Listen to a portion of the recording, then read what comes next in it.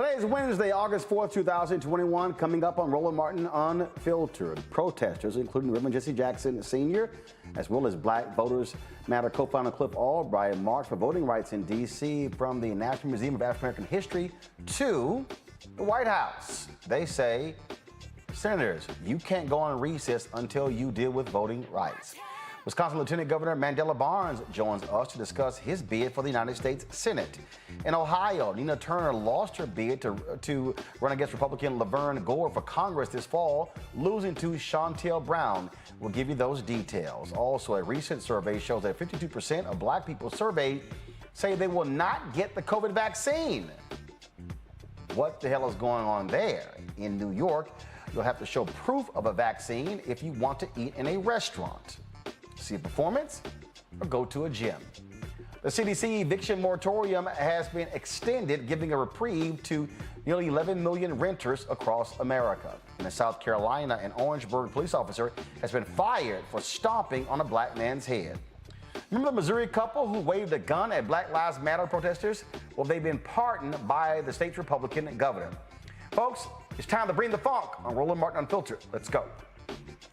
He's got it. Whatever the miss, he's on it. Whatever it is, he's got the scoop, the fact, the find. And when it breaks, he's right on time and it's rolling. Best believe he's knowing. Putting it down from sports to news to politics. With entertainment just for kicks, he's rolling. It's on go, y'all. It's Roland Martin, rolling with Roland now. He's funky, he's fresh, he's real, the best, you know he's Roland Martin now.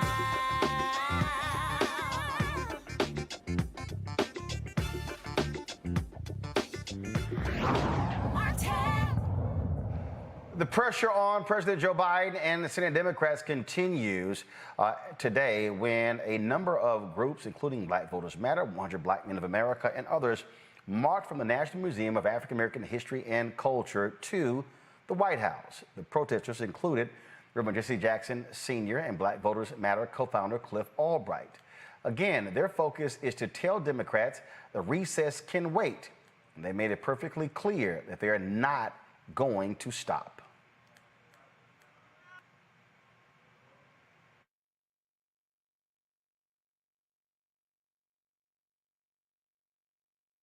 We want our voting rights now. We need the For the People Act now. And we know that there's a bill that's been sitting in the Senate, it's been pending in the Senate, it's being blocked by the same Jim Crow filibuster that's been blocking civil rights for over 100 years, over 200 years in this country. We're not going to let that same filibuster stop us today. Can't stop, won't stop. We're going to get our voting rights. So we've been out here all week, for weeks, on actions. Direct actions. We've had people getting arrested for the past 4 weeks. We've had Congress people, members of the Congressional Black Caucus, who have gotten arrested for each of the past 4 weeks. Most of that action has been directed at the Senate, and for good reason. But guess what? We got a president that we helped put in office. And we gave that president power. And we gave that president a Congress so that he could push an agenda, including our voting rights. And so we don't just need to just target the Senate. We need President Biden to lean in, and we need him to pick a side.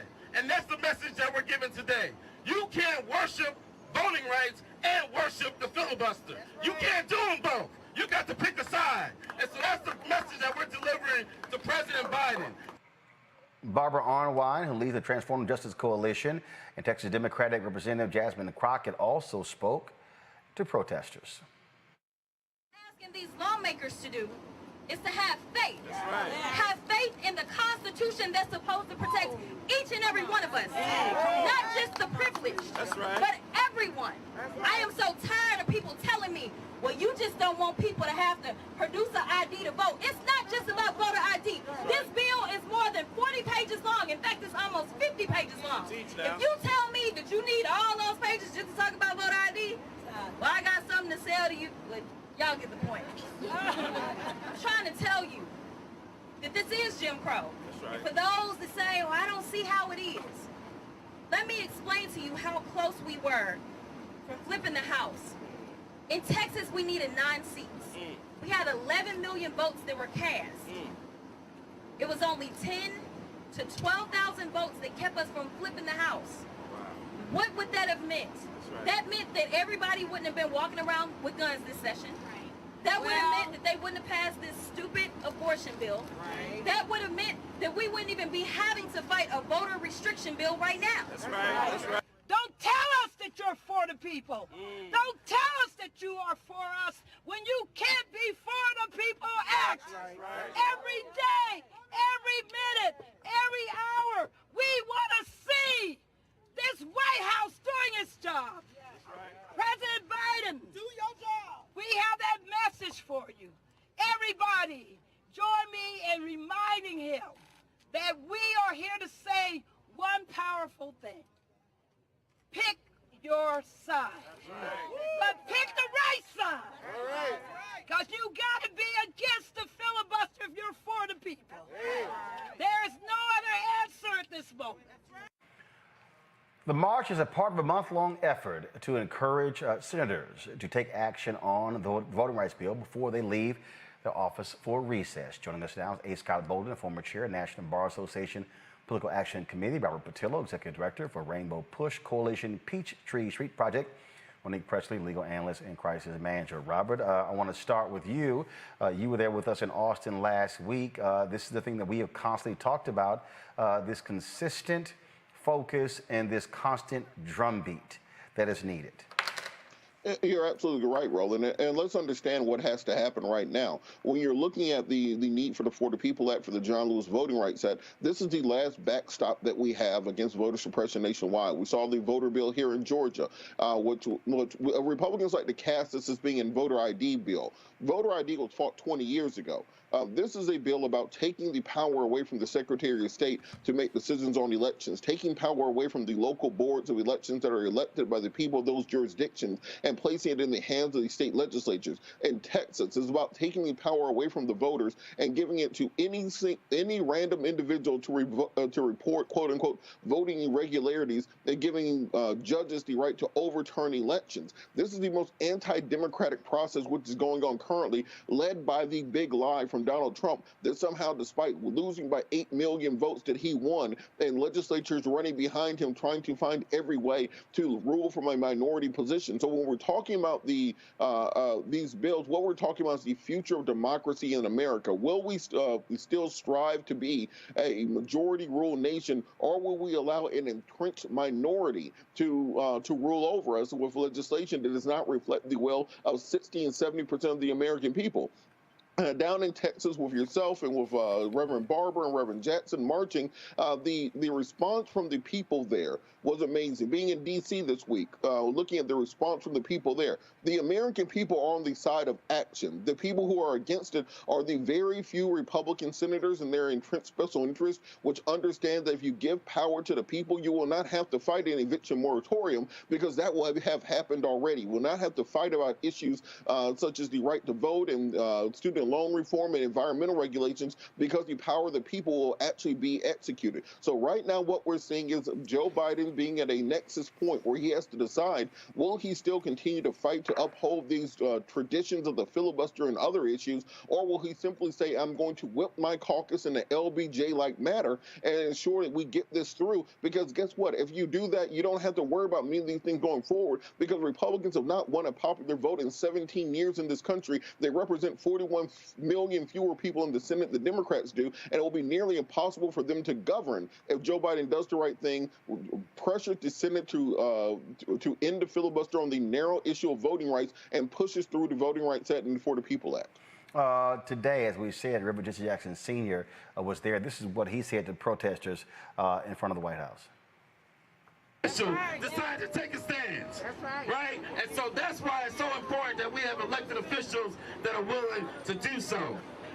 And without any further ado, I am so glad, I'm so honored, and joined by none other than Reverend Jesse Jackson, who is still in the fight, fighting for our voting rights. Good morning, everybody. Good morning. Good morning. Today we march to the White House to get the president's attention. Watching in the case of Joe Biden, we have an ally, but we need to put pressure on him. Some time ago, he was talking about how he put Randolph and he believes he met with President Roosevelt. And on the agenda, he said, Roosevelt said, go out and make me do it. Create the environment where it's feasible for me to do it. Remember Joe Manchin yesterday, about how Republicans take over West Virginia. He go to West Virginia and make him do it. One thing we need to do, one, the Republican scheme make difficult voting, then decertify. That's what Arizona was all about. It's going to be difficult to vote, then they're going to decertify votes. So say in the scheme, make voting difficult, and decertify votes. Must not let them decertify votes. Must not let them decertify our votes. Now, the good news is that those who are chairman today depend upon the success of our movement. That's right. See, if we win, democracy wins. Democracy wins. Democrats win. Democrats The win. nation wins. Nation If wins. we lose, Democrats lose. Democrats We lose, democracy loses. Democracy We lose, we lose. America loses. America loses. So all the chairmen should be out here marching with us. That's right. Because they're chairman because of our work. When we made them chairman, right? So then I want to stand tall and make our case today in front of the White House. We've done this in Arizona 2 weeks ago. We did it in Washington, Austin, Texas. We're doing it here again today. So we're going to keep on marching. That's right. We'll keep marching. That's right. Yes. Justice done. Yes. Well, the power of one person, not about Cora Bush, was Yes. tremendous work. Yes. Zero. When Dr. King spoke in Washington in 1963, one black official across the whole South, one black official in the whole South. Say one black official One black in official the whole South. in the whole South. They have mayors in Birmingham and Selma and Montgomery and Dallas and Houston, all that. One. What Leroy Johnson did was, he the one got Ali back in the ring. Ali went to 55 cities and states trying to get him back in the ring. They wouldn't let him back in.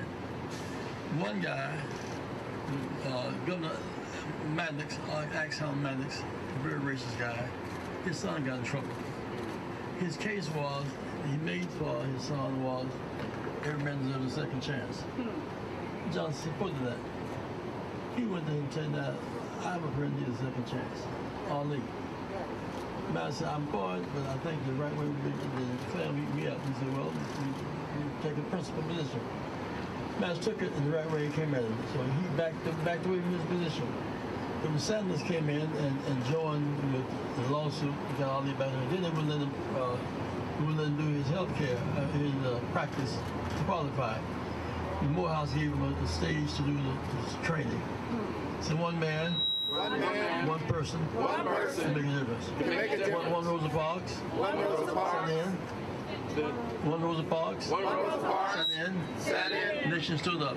Nation stood up. Tory Brooks Tory Bush stood up. stood up. Now, Now, 11 million people. 11 million people. These million families have a place to stay. Have a place to Say I am I am somebody. somebody. Look at me, I am somebody. Somebody. Respect me. Respect me. Protect me. Protect me. Never neglect me. Never neglect I am me. I am God's child. God's Stop child. the violence. Stop the violence. Save the children. Save the Stop the children. violence. Stop the Save violence. the children. Save the I will children. vote. Your vote. I can vote. I can I must vote. vote. I will vote. I will I vote. can vote. I can must vote. vote. My citizenship My is at citizenship stake. is at stake.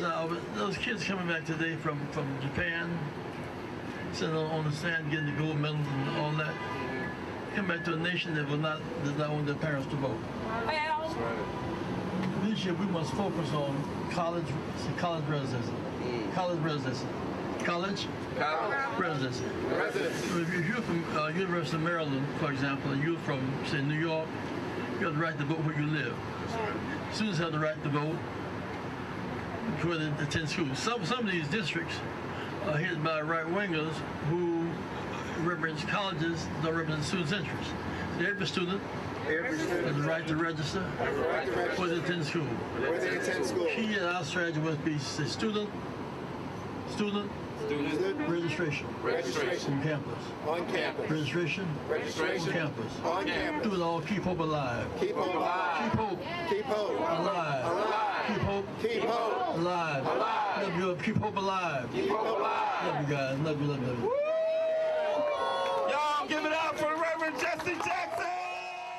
Hey, Scott Bolden, we have talked about this repeatedly, and what you're seeing is again, not just Black Voters Matter, but we saw, of course, we were out there on Monday with Reverend Dr. William Barber.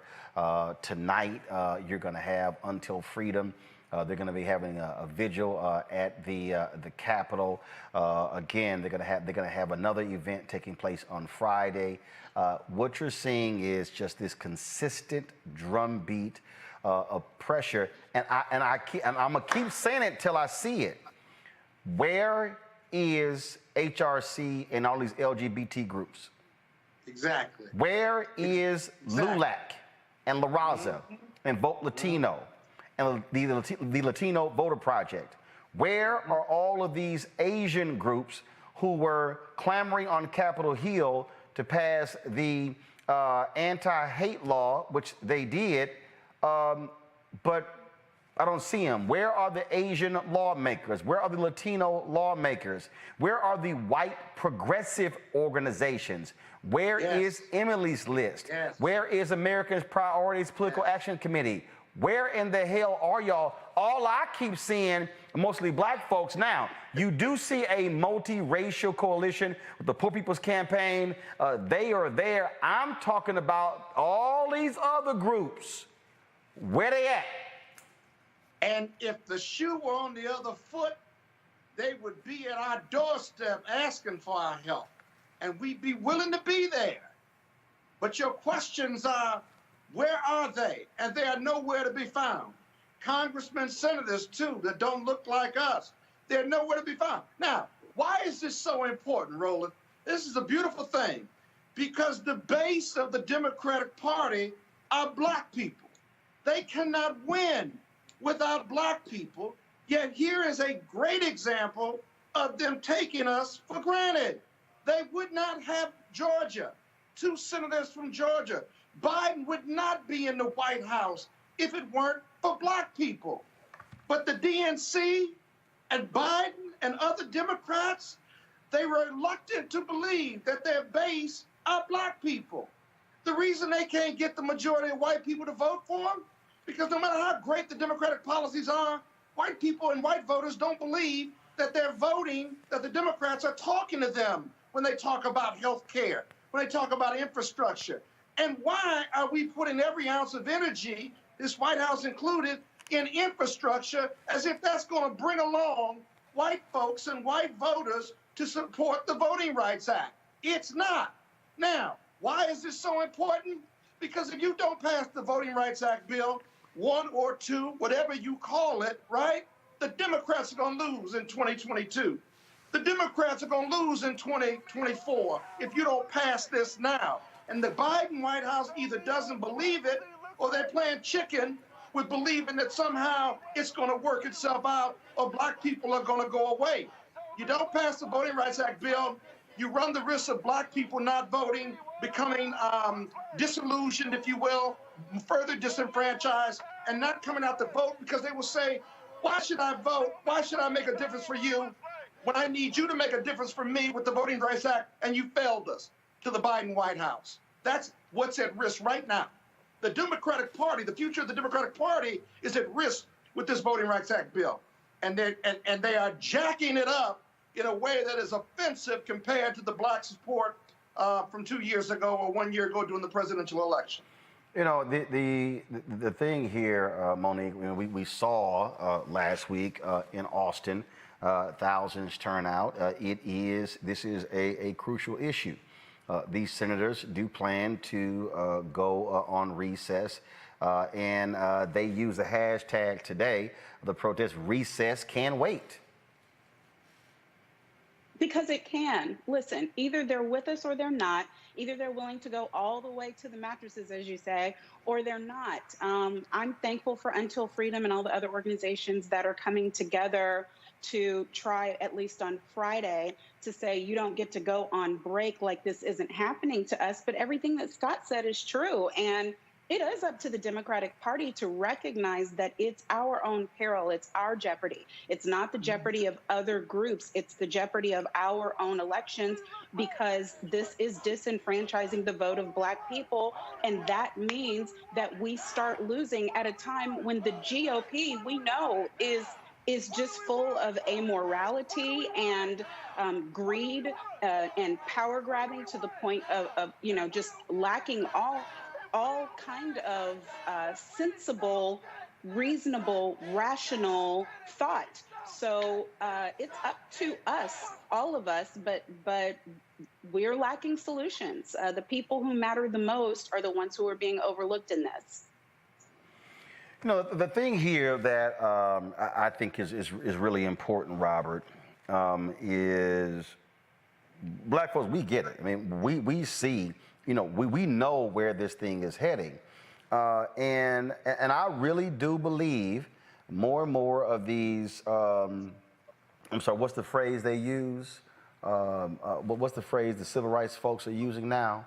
What do they call themselves? They call themselves, y'all know, when they met with the White House, they call them, well, not traditional.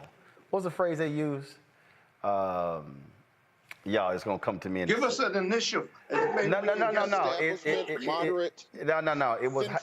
It was how they were distinguishing themselves from the newer groups. So they didn't want the older groups. They didn't want the newer groups in the meeting.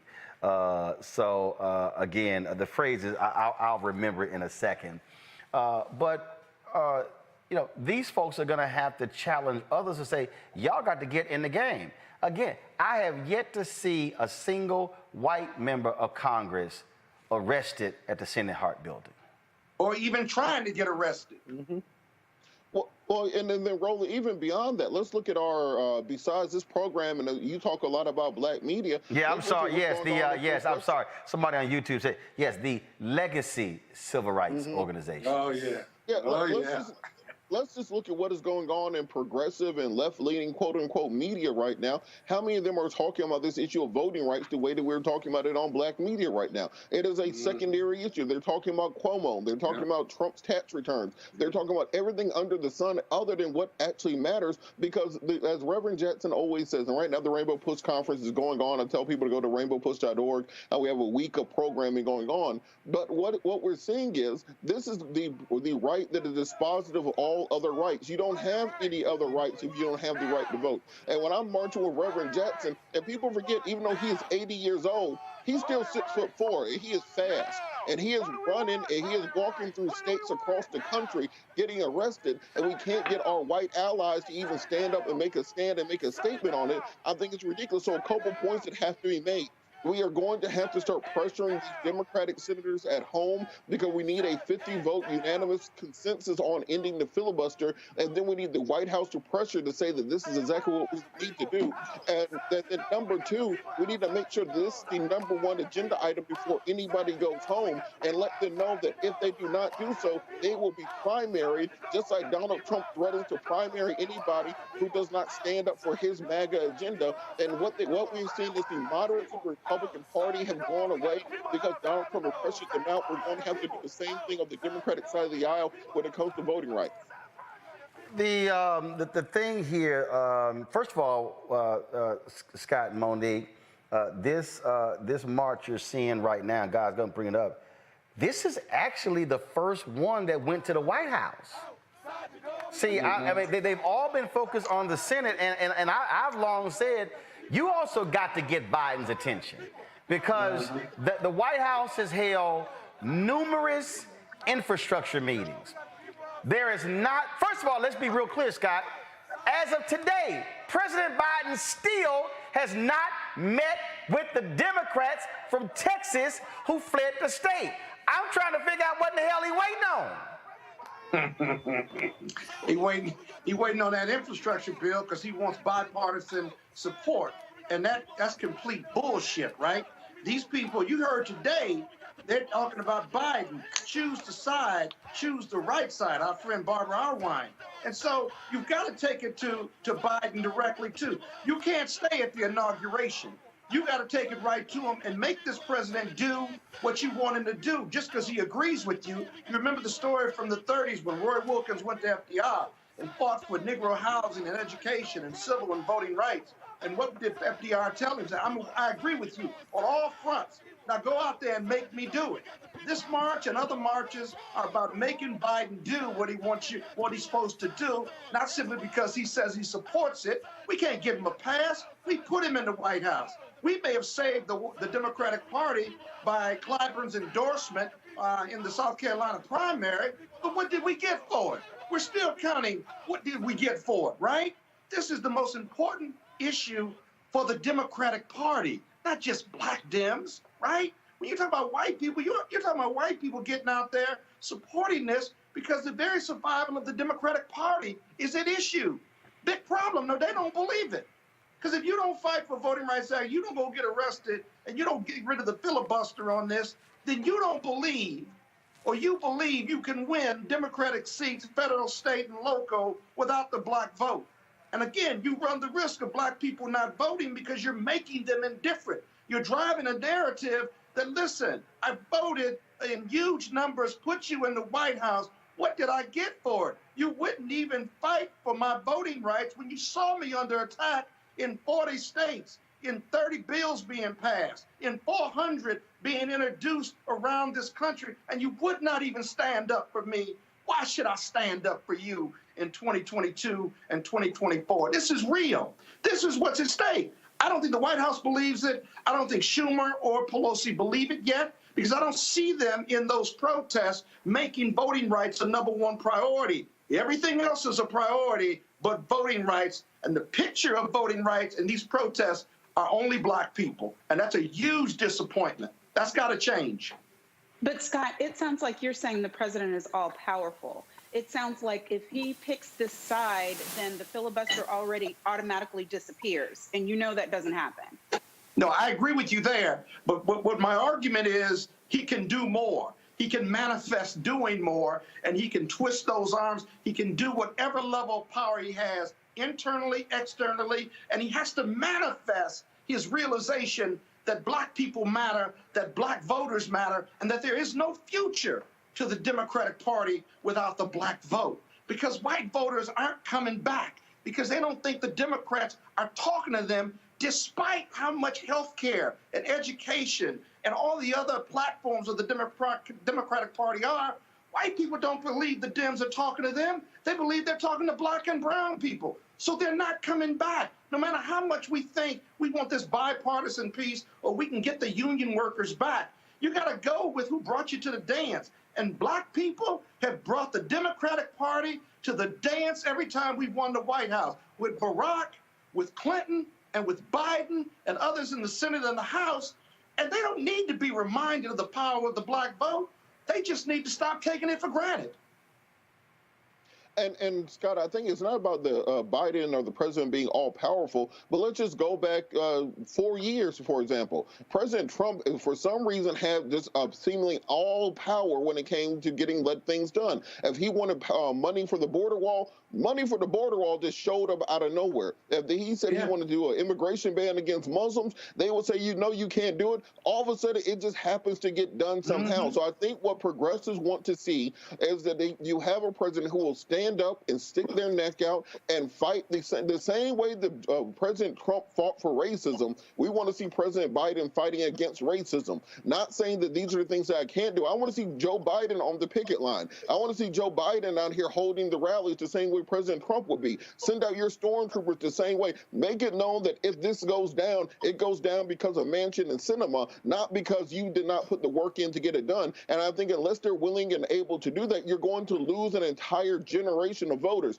There are a bunch of black folks out here right now who have been saying the whole time, why y'all wasting your time voting? Why we keep telling people to get out here and vote? They ain't gonna give you nothing anyway. Why even waste your time doing it? Don't prove those people right. And that's where where we're at right now. We do not have Exactly. Democratic leadership standing up and buying into it. Folks, Yeah, when we talk, exactly. folks, when we talk about the impact of voting today, Wisconsin election officials have removed 205,000 people from voting rolls, a number of them who had not voted in for years. There are people, of course, who are complaining about that. Wisconsin was one of those critical battleground states in 2020 that President Joe Biden won, taking it back after Donald Trump won it in 2016. One of the folks who is seeking re-election, although he says he may not run, is Senator Ron Johnson. He has been one of the loudest Donald Trump supporters. He's been one of the folks who said it was a walk in the park on January 6th, and it's been unbelievable, the crap that's been coming out of his mouth. Now, Wisconsin's first black lieutenant governor says he is looking to be the first black from Wisconsin to serve in the United States Senate. Lieutenant Governor J. Mandela Barnes joins us right now. Glad to have you here back on the show, Lieutenant Governor Barnes. Hey, really happy to be here. I like how you added the J part. That's very rare. Well, you know, back here joining you. It's your government name, so we'll go ahead and use that. So I gotta ask you this here. I mean, anybody who has followed the last as watched, folks, before Trump, Ron Johnson was a conservative, but he wasn't a crazy, out of his mind conservative. The last 4 years, if you talk about somebody who has sort of like going to white domestic terror camp, somebody who has come out and does this unbelievable excuses that he is making for these terrorists who tried to tear apart the Capitol on January 6th. Listen to his comments about the vaccine. I mean, this is someone, are y'all in Wisconsin saying, who the hell is this dude?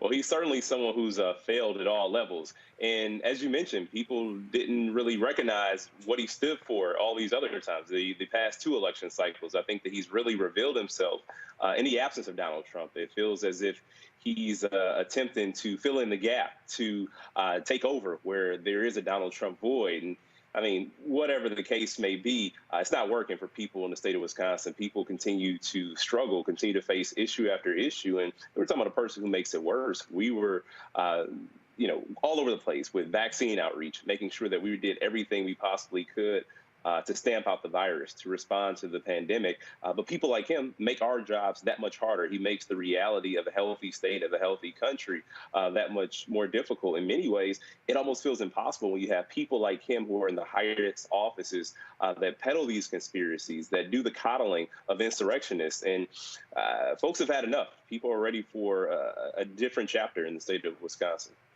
Obviously, in Wisconsin, you've had these battle over the years. You had previous Governor Scott Walker, who battled unions there. You had recall elections. You had all kinds of different things happening in that state. You've had a battle when it comes to the Supreme Court.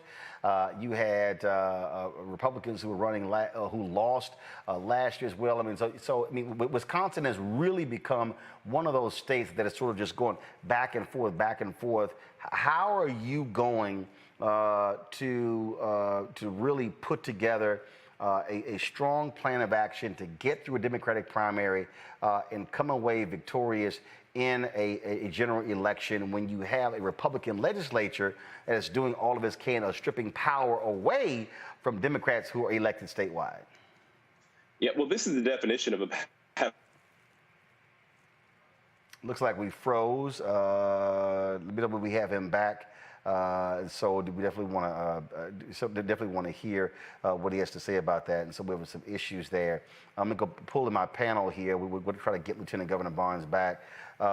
Monique, we are seeing candidates who are running all across the country. One of the points that we've had people on my show say, if Democrats want to, if you want to win, you got to run. And you can't, and you got to run folks everywhere. And so we're seeing Charles Booker going after Rand Paul in Kentucky. We're seeing Congresswoman Val Demings going after Marco Rubio there in Florida. You're seeing Mandela Barnes in Wisconsin. All these African Americans. You're seeing Erica Smith and former Supreme Court Justice Sherry Beasley in North Carolina. going after the seat that Richard Burr is leaving. You have the brother who is in the state legislature in Pennsylvania, Kenyatta, who is running for that Democratic nomination for United States Senate there in Pennsylvania. That's what we are seeing. Yeah, I mean, and we see these African Americans, we see Black folks running, but the money behind them is not all Black. So we got to understand it's important that there is a coalition, just as we were talking about with voting. It's important that there be a coalition, and where are the allies? But especially in these money matters, because Black folks just could be putting up their own candidates in solidarity, but we aren't, not when it comes to putting our money where our mouth is. So we need the support. These candidates are getting up there, and it is costly and expensive for them to do so. And we have more candidates who would be willing to do this, but it takes a lot of ground game and support and a lot of air game and support and everything in between for that to happen. Obviously, it takes money, it takes resources, Robert. But what we are seeing, a lot of people are, again, saying, "Hey, oh my goodness, Democrats, look, you're destined to lose in 2022." No, not if you actually organize, mobilize, and actually have a message that resonates with the people. And look, I think it's always a ridiculous argument when they say you're destined to lose several years out from an election. I remember in 1992, everyone told Reverend Jackson, who we were talking about earlier, not to run in 92 because George H.W. Bush was a war-winning president running for re-election, and nobody was going to beat him. Nobody saw Ross Perot coming over the horizon to split the vote that allowed Bill Clinton to win. There is no guaranteed in politics, and what we need to stop doing is telling people what elections can and cannot be won. If you get out there, communicate with the people, raise the money needed, and run the ground game necessary, you can win any election. Nobody saw Warnock winning this election versus a billionaire like Kelly Loeffler. Nobody saw John Ossoff winning against a billionaire like David Perdue, for example. So we need to start getting behind candidates who actually represent the needs of the American people, who believe in the progress that needs to be made, and motivate the next generation of voters behind issues that need to get done. Because what we are seeing is massive disenchantment with the American electoral system because nobody believes anything can be done. We have to re-inspire, reinvigorate, and repower the voters of America to know that our system can work and can win, and that do not let those January 6 people make you believe that that is the true America. You are the real America. Scott, again, we're still working on trying to get Lieutenant Governor Mandela Barnes back, but this whole notion of if you guarantee not to win if you don't run, and what we saw, or what we have seen, especially in those 8 years of Obama, you had a bunch of Democrats who were scared. Oh, no, there's no way we're going to win. Yes, you're guaranteed not to win if you don't run, and so you got to put up candidates that people may be willing to vote for. That happened in Texas. I mean, Texas Democrats for a long time just gave up running statewide. And then Republicans solidified their power. Yeah, you got to have some heart to get out there to run for office. But again, it's the big fundamentals. I don't care what state you're in, right? The big fundamentals are you got to run on the right platform, have the right issues. For the Democrats, it's the infrastructure deal. It's a child tax credit deal. It's greater health care with less money. And that's a benefit to those Democratic voters. Maybe you pull some other voters over because of that and you make them understand. But you also need money for messaging and to get the vote out. And the DNC has $100 million more or less to engage, or rather invest in these races. They need to be smart about it, right? Sure, there's going to be a lot of dark money and a lot of special interest money coming into the race. But when you're in South Carolina and you're in Wisconsin, states that Trump won in the South, the red states, for example, right? You've got to put the money behind you or behind these candidates, pick the right candidates in order to compete. Because if you don't run, you know you're not going to win. But if you do run and you run a smart race, I think everybody's got a chance. But the money's got to be there, and the DNC is in a great position to do that. They just have to be smart about it and not pull money out of jurisdictions or races that they don't think they're going to win. You invest more if you got a great candidate and you got a great opportunity. And how you define that shouldn't be made by somebody who's not based or doesn't know anything about that jurisdiction or that race. We have Lieutenant Governor Mandela Barnes back, and you were about to make a point before we lost you. Yeah, I was about to make a point, and I appreciate you having me back twice in one day. But the reality is Ron Johnson's the last Republican elected to statewide partisan office here in Wisconsin. And with that being said, Wisconsin is a battleground state with the definition of it.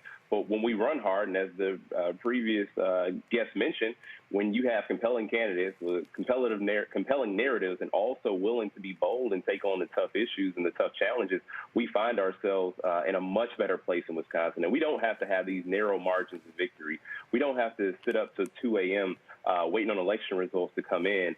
I think that we can expand I think we can expand our presence with the electorate in urban areas and suburban areas and rural parts of Wisconsin. Now, winning this primary, as people have noted, it is a very crowded primary, and so many people are running because Ron Johnson is vulnerable because of the things that he's been doing, the things that he's been saying. Coming out of this primary, I'm fortunate to come into this race as the most experienced candidate, as the most qualified candidate. And that experience and those qualifications come from the conversations I've had with people all over the state, in all 72 counties. I'm born and raised in the city of Milwaukee, but I have not been shy about venturing out to other places to have conversations with people whose way of life and whose background is much different than my own.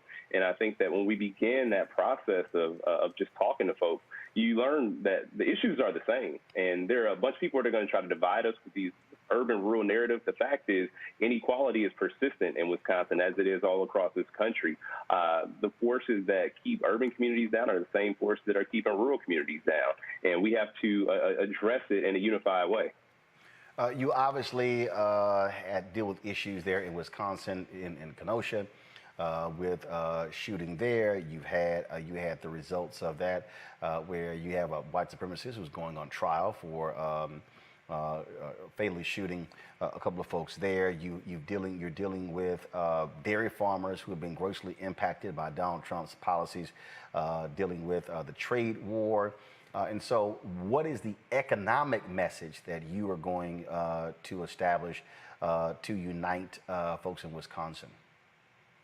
Yeah, I'm glad you mentioned that economic message, because as we've gone through the last year and a half or so of this pandemic, we've seen levels of inequality continue to balloon.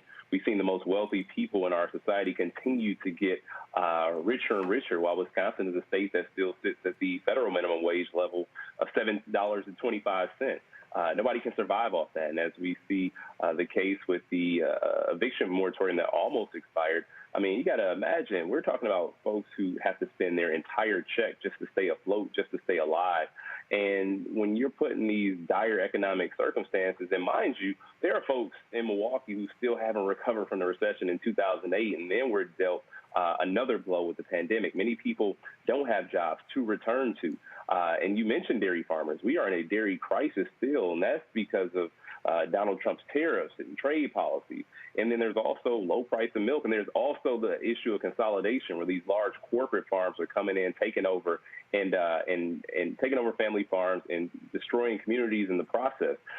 So with that being said, when we talk about a need to embrace a new fair immigration system so that our rural communities can be able to thrive and prosper, we'll have better opportunities for everybody. When we raise the minimum wage at a bare minimum, we'll have better opportunities for everyone, especially in the cities. And then on top of that, it's important for us to embrace the technology that exists. We can see where the economy is growing in so many other places, and that's where people have embraced green technology. Now, Wisconsin has a strong manufacturing background. My grandfather moved to Milwaukee after serving in World War II. He moved from Louisiana, and he worked at a factory for over 30 years, retired comfortably. My father also worked on an assembly line. And Wisconsin, and the city of Milwaukee in particular, southeastern Wisconsin, has been known for that, although the rest of the state as well. We can get back to our manufacturing roots, the solar panels, the windmills. It's not just about the installation. It is, of course, about the green energy, but it's also about the job opportunities that exist in manufacturing that can come back to a state like Wisconsin. Questions from each one of our panelists. For Lieutenant Governor Mandela Barnes, I will start with you, Robert Patillo. Lieutenant Governor Barnes, I'd like to thank you for your service, your efforts at helping to flip the Senate. But can we agree that if Trae Young did not step on that official's foot, the Hawks would have beat the Bucks? Sir, I cannot agree. Because let me tell you, the Hawks played better without Trae Young after that injury. When he came back is when it all fell apart. I was worried until Trae Young came back. And I was like, okay. Look, I'm glad y'all won. I just want to make it clear that official's foot is why y'all got that championship. We'll be back next year. But I think it's important. But on a serious note, why do you think it's so important for younger progressive candidates like yourself to challenge these people? Because we saw back in when Obama ran for Senate, for example, the first time, nobody gave him a chance at winning, but then he won, and we saw what that led to. Why is it so important to take those chances? Well, it's important to explore different perspectives. Mine is one that's not really that doesn't really exist in the U.S. Senate. As a young black man who was born in the city of Milwaukee, graduate of our Milwaukee public school system, the things that I've seen for better or for worse, unfortunately, just isn't reflected in that decision-making body. The decision-making body that is tasked with, guiding the direction of the lives of so many people. With that missing perspective, it's no surprise that we always lose out. It's no surprise that marginalized communities, people of color, lower income folks, younger people always get the short end of the stick, because who's going to go out there and share that perspective and talk about what life is really like and say, well, no, I actually know this for a fact. I didn't read this in some white paper. I didn't read this in some scholarly article. I know this to be true because I lived it. Unfortunately, I lost friends to gun violence. I have friends that lost the criminal justice system, friends who are currently behind bars, and, friends who I've lost to addiction as well. So many other, myriad issues that is just almost commonplace for people growing up in a city like Milwaukee. Monique? First, how do we give? And second, how else do we help? Absolutely. I thought you never asked. Please go to MandelaBarnes.com. You can sign up to join us. You can sign up and donate. We need all the help we can possibly get. People like Ron Johnson with their unlimited wealth are going to try to do whatever it takes to take this election. But we are a real people-powered grassroots operation, and it is an operation that is going to be representative of the whole, especially bringing those experiences of people who have always had it the worst in our society. Scott? Yeah, Lieutenant Governor Scott Bolden here. How do you build a coalition in Wisconsin to win? Who's in that coalition? And how much will race play a factor in this Senate race? Yeah, you build that coalition by showing up. And like I said, the issues that are present in Milwaukee are the same issues that are present in a Hudson, the same issues that are present in a Platteville. And we have to just think about the challenges we deal with. And if you look at cities and the issues we have around healthcare access, and those are the same problems that exist in rural communities. And you have these farms, and I talked about the dairy crisis. I talked about low price milk. I also talked about trade policy that is caused almost irreparable harm to many of our farming operations. The fact is, healthcare is another issue. That is a determinant factor whether the next generation is going to stay on the farm, having that access to healthcare. So when we have conversations about universal healthcare, that impacts everybody in the state. And like I said before, I've had a chance to travel to every county to have these conversations with people. I'm not just making it up along the way. And that's actually what informed my decision to run, being able to show up in these places, being able to speak with health providers, being able to speak with small business owners, being able to speak with education professionals about what the challenges are and how we meet those needs. And my coalition is going to be a very broad, diverse coalition. And it may sound ambitious, may sound bold, but it will be the largest coalition that this state has ever seen. It will include people right from my hometown, city of Milwaukee, but it'll also include many people in our farming communities, union members, teachers, students, young people, our immigrant communities, everybody who has had to suffer because of the rules being against them, the deck being stacked against them. This is quite literally about changing the game. This campaign is about making sure everybody realizes their most full potential and that they do have a place in our society. They do have a place in this government and the decision making. How's race going to play a factor in Wisconsin? Hey man, it is what it is. Race was a factor in my run for lieutenant governor. The former lieutenant governor, just out of the blue, accused me of kneeling one day during an anthem at the state fair of all places, where that's like easily.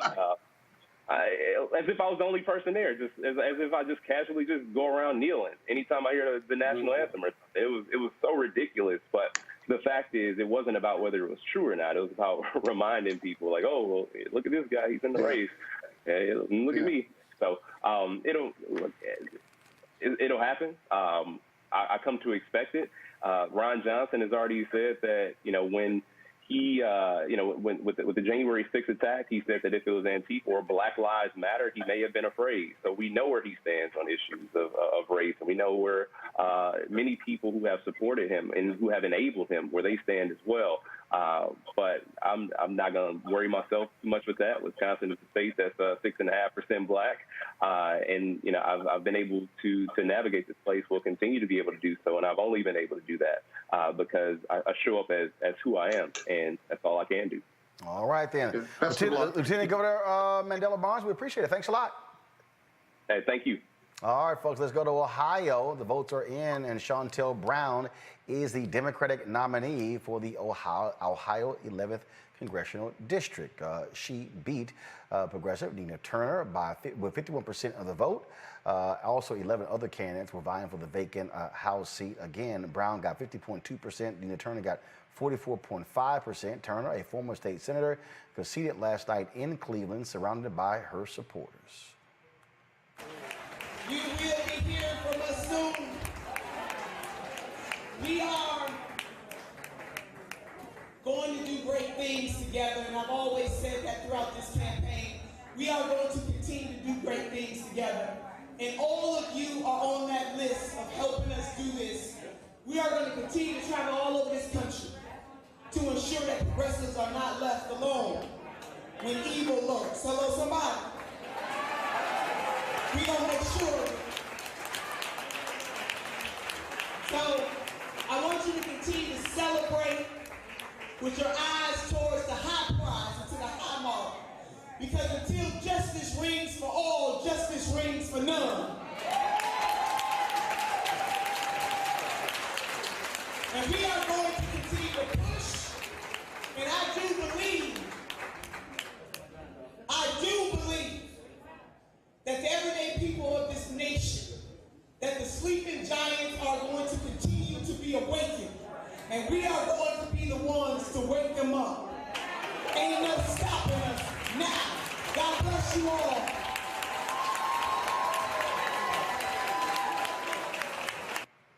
Of course, Turner, a national candidate, raised a lot of money, but you also had Brown, viewed as the more moderate campaign, garnering support of Hillary Clinton. CBC members Benny Thompson, House Majority Whip Jim Clyburn, CBC Chair Joyce Beatty, and others. Now, Turner also had CBC members supporting her. Now, after learning of her victory, the former Cuyahoga County Democratic Party chair almost choked up, thanking her supporters. It does not seem like an adequate enough word to really express how much I appreciate this journey. And it has been quite a journey. It has been quite a journey, but it is one that I will never, ever, ever forget or take for granted. As I look around and see all of this support, so many friends, this would not be possible without everyone who is here. So I thank you from the bottom of my heart, from the depth of my soul, all of the elected officials who stood solidly with me before any of the national attention came to this race. All of the ministers and clergy members and faith-based leaders who stood solidly with me before any of this attention came to this race.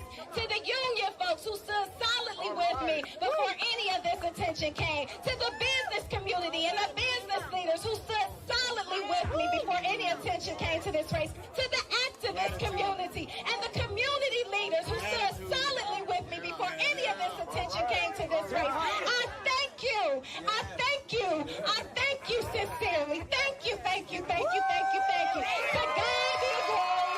To God be the glory. To God be the glory. To God be the glory. Brown moves on to face top Republican Laverne Gore in the November 2nd general election. This is a heavily Democratic district, so essentially, Chantel Brown is going to be the next member of Congress. This right here was an interesting race in that you had Nina Turner, a huge Bernie Sanders supporter, top surrogate, raised a lot of money, more than $4 million, but then Brown raised half of that. But you had outside groups who funneled a lot of money into this race supporting Chantel Brown. You had ads that were going up that were going after Nina Turner, but then of course you had Nina Turner hitting Brown with ads saying she was corrupt. I was reading a piece from Jason Johnson earlier, who lived in Northeast Ohio for about a decade, and what he said in his piece, Monique, was that this was one of those races where Nina Turner had every particular advantage, but that a big mistake that she made was making this going national in this race and not keeping it local. Absolutely. And the only thing I was going to say while I was listening, when I watched it come across the screen when it happened, and when I was listening to Nina just now, is they say all elections are local, but golly, local elections really are local. And so I don't care how many people are following you on Twitter. I don't care how many ads you have, wherever you have them. And God bless that she had the funding to be able to do that. But this was about, and you can see what happened. I mean, you heard the speeches. You can see where the support really was and what the ground game looked like and the way that the vote turned over. And so it is what it is. And this isn't the end of the road for either of those sisters. So just because it didn't happen for Nina this time, whose politics I frankly have never agreed with for the past 3 years, 4 years, 5 years, she's been in the national spotlight, but I was still rooting for some Black woman to get in this seat, and I'm happy that happened. Robert, a lot of Nina Turner's past comments, ripping President Joe Biden, ripping other Democrats, were used against her. She's been extremely vocal against corporate Democrats, and those were attack ads that were already laid down. Also, to the point, what Jason laid out, that was a forum they had there where she brought in Killer Mike, and he was highly critical of Congressman Jim Clyburn, saying that he was stupid and that he did not extract more out of President Joe Biden for his endorsement. And all we got was a Juneteenth holiday. There were folks who slammed Turner for basically agreeing with that. That unleashed the CBC, Clyburn and others to come into that district, and so this quickly became this sort of establishment versus progressive, but Turner's actually establishment. Brown is local, so you had all of these things going back and forth. Your thoughts on how this race played out? A race that, again, 2 months ago, polling had Nina Turner at 50%. Had Chantel Brown at 15%.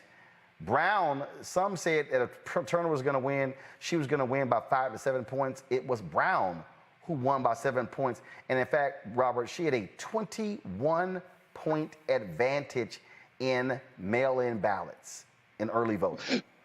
Well, Roland, one thing that I love about running local campaigns is it all comes down to ground game. I saw those polls that had Nina Turner up 35 points a few months ago, and I disregarded them, disregard almost all polls on local elections, because when it comes down to it, you have to organize at the church basement level. You have to organize at the student council level. You have to organize at the PTA meeting level. Congressional campaigns are won at HOA meetings and at summer barbecues and fish fries, those sorts of things. And at the end of the day, this election came down to 4,000 votes.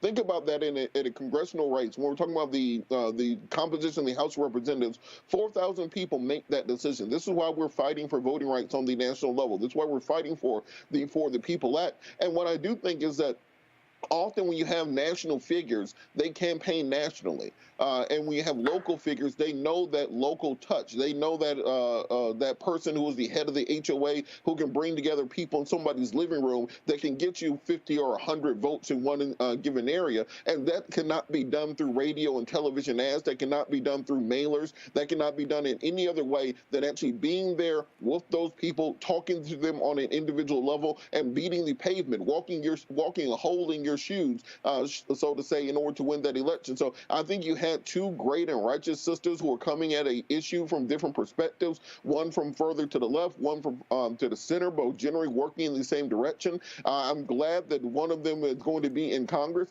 And I think what's the most important is just seeing where this goes going forward, because I often do think that the Bernie wing of the party gets a little bit ahead of themselves and leaves the people behind. They have so many insular conversations that only involve people who agree with them. They forget some of the kitchen table issues that affect regular voters, potholes, what we're going to do about reopening schools, those sorts of things. They get into some of these high-minded conversations. So maybe this will bring some of that wing of the party back down to earth and understand you have to talk to people where they're at, not just simply where you think they need to go.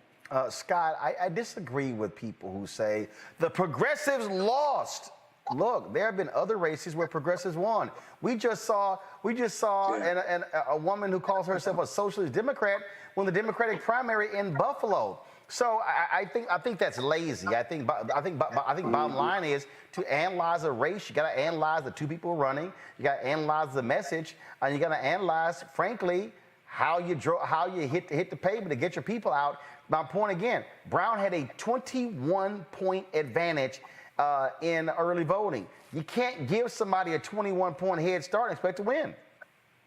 Yeah, that's true. And there had to be a breakdown there. But let's be real honest.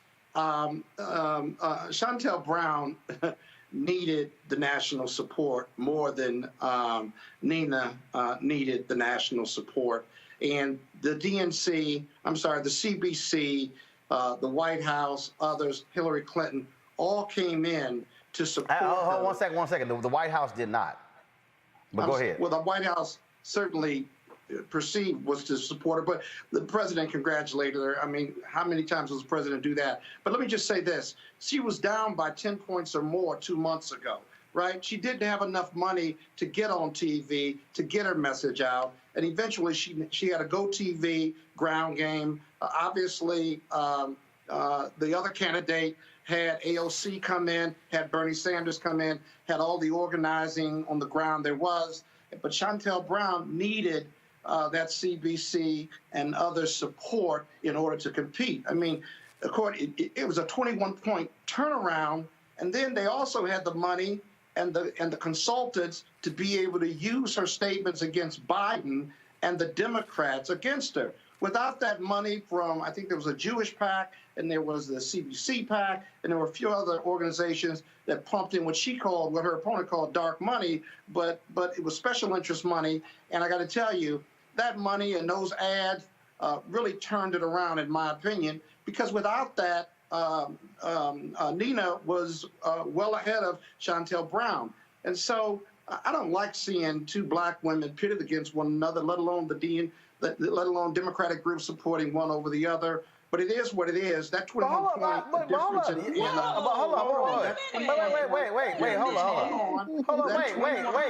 Wait, Scott, in most of these congressional races, she couldn't have won. Scott, in most of these congressional races, you got black people who run against each other. Yeah, no, I just don't think I don't think the CBC or others ought to be weighing in on those type of local races where they're bringing a lot of money to the table, and you turn this race around. So wait a minute, hold up. Okay, so wait a minute. Do your local races. Well, wait a minute, hold up. How about the race when? Wait, hold up. But wait, here's the deal though. First of all, why should the CBC stay out of a race? Because it's an open race, first of all. It wasn't like they were running an incumbent. But you see, they jumped in those New York races, and the progressives won. And they're free to do it. Don't get me wrong. No, wait a minute. Hold on. The CBC PAC. But wait a minute, Scott. The CBC PAC endorsed a white candidate who was the Democratic incumbent when Ayanna Pressley ran. And guess what? Pressley won. Okay, now she's in the CBC. And? But I disagree with that CBC endorsement for the white candidate, and Pressley won. You're right. Listen, everybody. Okay, all right. So here's my question. All right, Scott. So who the hell should the CBC endorse then? It was 20% down. But Scott, who? And they did. Scott, listen, Scott.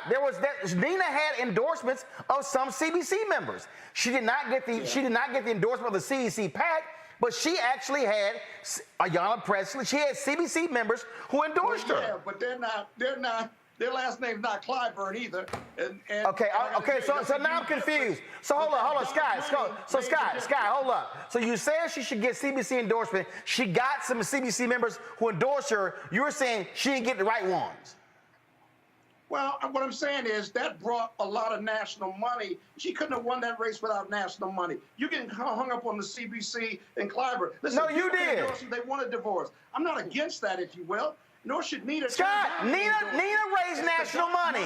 It made a difference. Scott, Nina raised national money, and. Well, that was different national money, though. Okay, all right. Oh my God. Okay, now I'm confused. National money, but different national money. Man, let me go on to this next story. I don't know what. I don't know. Really. All right. Yeah. Without that dark money, Shontel Brown could not have won that race. That's all I'm saying. And you know I'm right about that. Let's move on. You actually Black women are going to be against each other in these races because there's more than one Black woman at a time who's exceedingly qualified for the jobs. Yeah, I got you. I don't disagree with that. It's just I don't know. You know. We know you don't know. Yeah, we agree. We agree on that one. We agree on that one. The new variant of COVID-19, Delta, has been accounted for at least 93% of all cases reported since last month. All right, y'all. In some parts of the country with low vaccination rates, the percentages are higher in the Black, Indigenous, people of color community. Some barriers contribute to lower vaccination rates. Now, health experts have described this latest stage of COVID-19 as the pandemic of the unvaccinated. Now, according to the latest HIT strategy survey, a Black people survey, only 48% say they will get vaccinated, while 52% say they will not. Black and Latino Americans are the groups most at risk for the coronavirus and are the least vaccinated compared to their white counterparts. How will the reimposed mask mandate and require proof of vaccination stop the spread of the Delta variant? Well, joining us now is Terrence Woodbury. He is the founding partner of HIT Strategies. Terrence, glad to have you back on Roland Martin Unfiltered. So 52% of Black folks surveyed say they're not going to take the vaccine. But what's happening right now, Terrence, is you're seeing an increasing number of companies that are saying, your ass ain't vaccinated, you can't come into the office. You can't keep working. Yeah, that's exactly right, Roland. You know, people of color face real and perceived barriers to this vaccine that we have to get serious about overcoming. We've been categorizing or characterizing this vaccine rollout as the largest product launch in the world's history. We are introducing a product that did not exist this time last year, and we need the entire world to adopt it. More importantly, we need the most marginalized communities, the most cynical communities, the communities that do not trust healthcare systems and governments, the communities that are the most at risk. We need those communities to adopt it. And right now they are facing real and perceived barriers, information barriers, access barriers that we have to start getting very serious about overcoming if we're going to course correct this thing before it gets too late in the fall. But what does that actually mean? Because part of the problem is you've had these agencies that got all this money and they basically gave it to, let's be clear, white media, Black targeted media, and just threw it all around. Wasn't targeted, wasn't focused, wasn't very clear, and frankly, a whole lot went to waste. And now they're trying to figure out, what's plan B? And I can tell you, as a Black-owned media outlet who put a proposal in, folks did not respond to it. I know other Black media didn't get jack, and now all of a sudden, a survey like this, well, this is what happens when you don't properly fund the media outlets that know how to communicate to Black people. That's exactly right. You know, it's the same thing we talked about, you and I talked about last year, Roland. We were going through some of the barriers to voting during the pandemic. When we had to convince people of color that they can trust the vote-by-mail system, the same barriers of information, barriers of a system that they had never used before, barriers of trusting that they would not be harmed in an unfamiliar process. We're facing the exact same barriers, and the way that the Democratic Party and other politicians had to engage with trusted messengers like you. We have to use the same tactics to overcome some of the information and trust barriers here. Look, people of color have real cynicism towards systems. When I sit in focus groups and ask them, why don't you trust this vaccine? Is it the production? Is it the doctors? Look, they're talking about historic injustice. They're talking about Tuskegee. They're talking about Henrietta Lacks. They don't know what's in this syringe. And frankly, seeing someone like Barack Obama or someone like LeBron James get the vaccine does not inspire trust in them. Not because they don't trust Barack Obama and LeBron James, but because they don't trust the system and they think that LeBron and Barack are getting a different syringe than they are. Well, first of all, LeBron actually has not publicly discussed whether he even got the vaccine.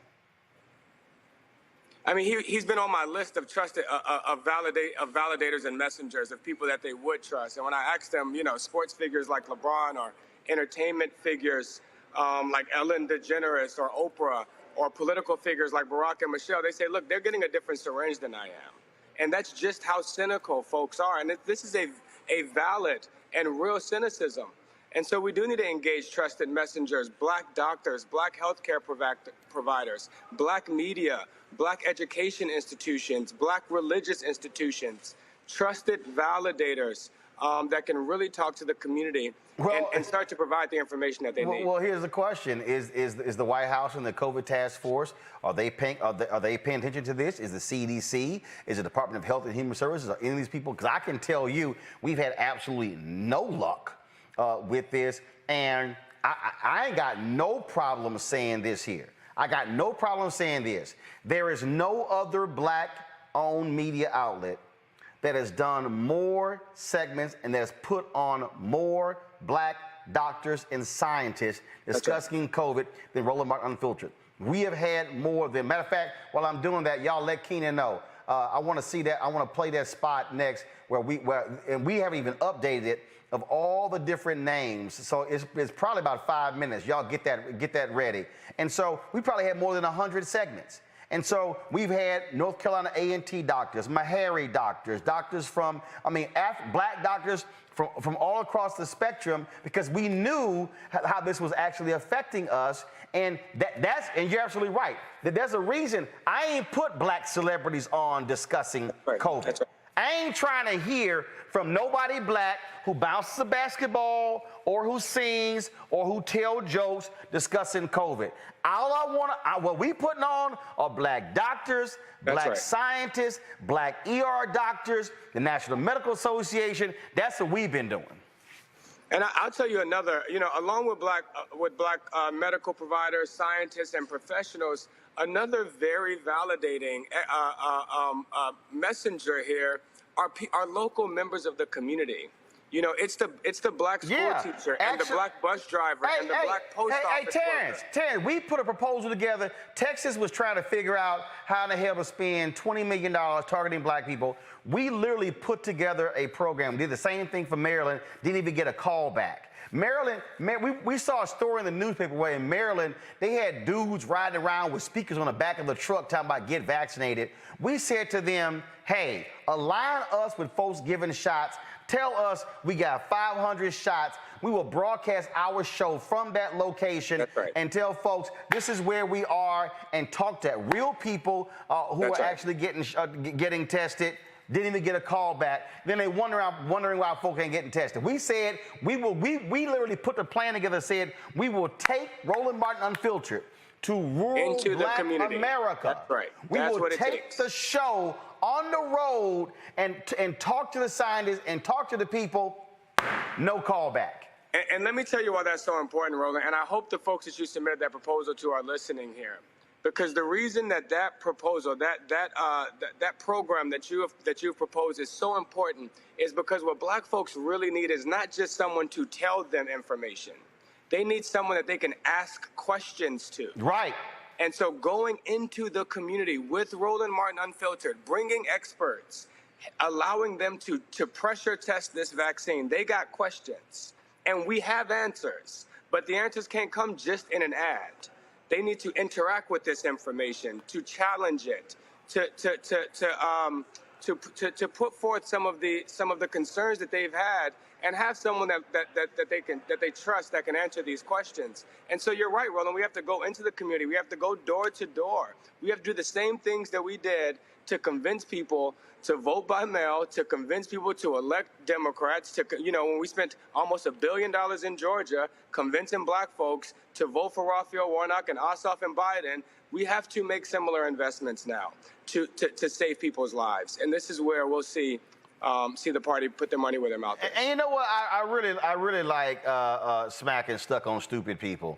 I got somebody named JRad14 on YouTube. Amazing how Roland manages to make this about him and his money. No, JRad, I'm actually giving you real examples of what Terrence is talking about. The reason the survey that Terrence has done that shows 52% of black people are not going to take it is because of the experiences that I'm actually describing.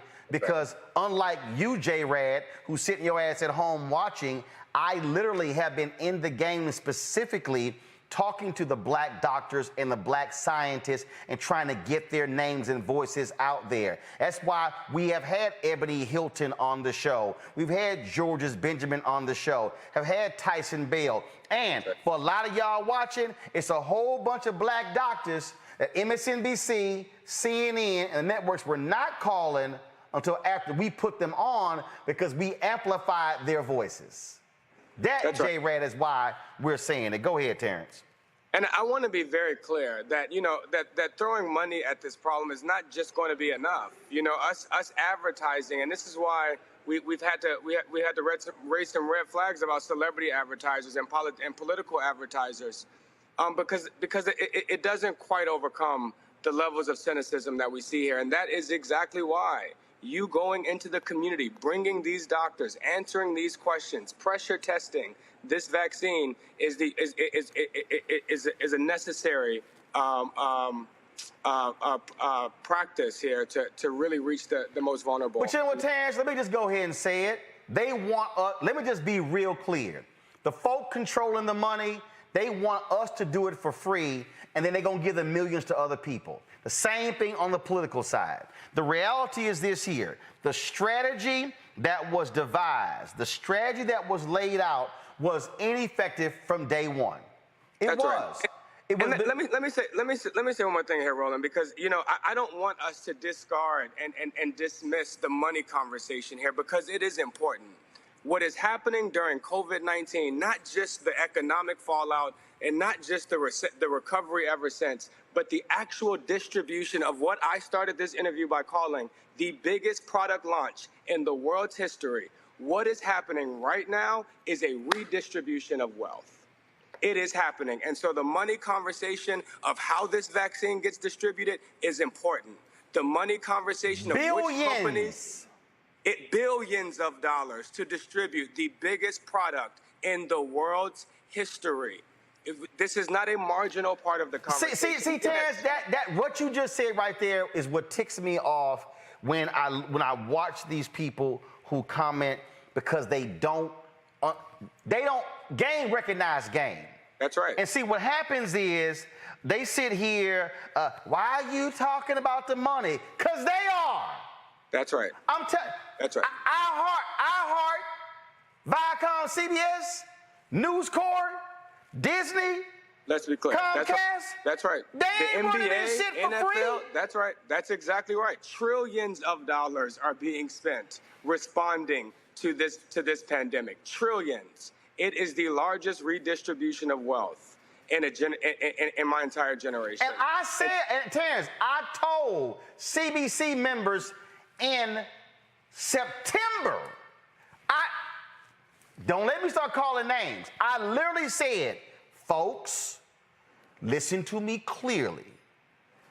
Billions about to be spent. Congresswoman Barbara Lee told me that she got the funding put in for $2.5 billion to go to the states tied to COVID. And I said, y'all gotta make sure this money is going into black hands. That's right. Black-owned media, black organizations, black doctors. That was just their $2.5 billion. Listen, Roland, black polling firms, black That's right. researchers, if you need to understand why black people are not taking this vaccine, why they are hesitant, then you need to talk to the organizations that do the research in these communities. No, that sit in what they focus do groups every day. What they do, Terrence, let me just go ahead and put it out there. They go hire one black consultant, throw them a little $60,000, $80,000 contract.